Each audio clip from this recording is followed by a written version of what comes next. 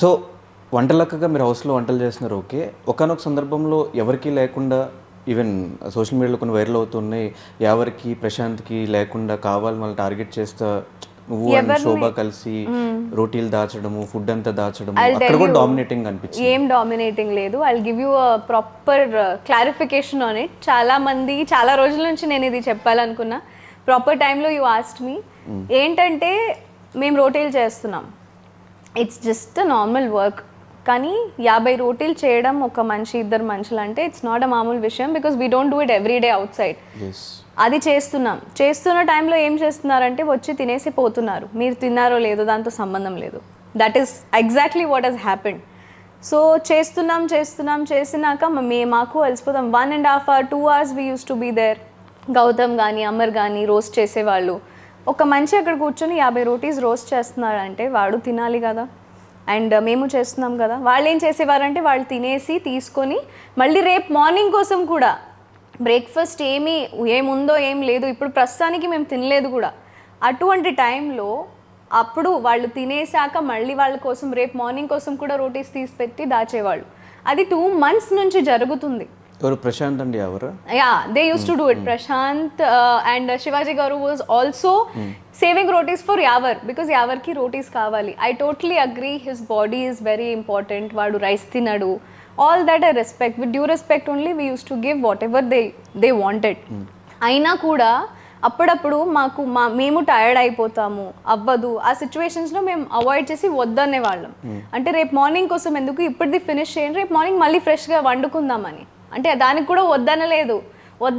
వద్దన్నాము అన్న లాగా చూపించారు బయట పెద్దగా. రోటీని ఒక పెద్ద విషయం చేసేసారు. సో మీరు 20 days 30 days 40 days లేకపోతే 90 days చేసి పెట్టింది ఎక్కడ లేదు. ఒక 2 days మేబీ వద్దని ఉంటాము, టైర్డ్ అయిపోయాము మేబీ అది ఇది అనుకొని అది హైలైట్ చేసి చూపించేలాగా చేస్తే ఐ ఫెల్ట్ వెరీ బ్యాడ్. ఒక సందర్భంలో నేను ఏడ్చాను కూడా. బికాజ్ ఎవరెంత తింటారో తెలీదు. మనం కొంచెం అడ్జస్ట్మెంట్తో ఉండాలి అనే పాయింట్స్ నేను చెప్పపోయి నేను బ్యాడ్ అయిపోయాను అక్కడ అని అనిపించింది. బికాజ్ ఇన్ని రోజులు చేసినా అది వేస్ట్ అయిపోయింది. ఏదో ఒక రోజు 2 days వద్దని ఉంటే మేబీ సరే ఇప్పుడు వద్దు, ఇప్పుడు తినండి, ప్రాబ్లం ఏం లేదు. అప్పుడు నాకు చాలా కోపం వచ్చి ఐ ఫెల్ట్ వెరీ బ్యాడ్. ఎవరి కోసం చేస్తున్నాను ఇదంతా. సో నెక్స్ట్ డే నాకు morning I had to we wake up at 5 o'clock in the morning.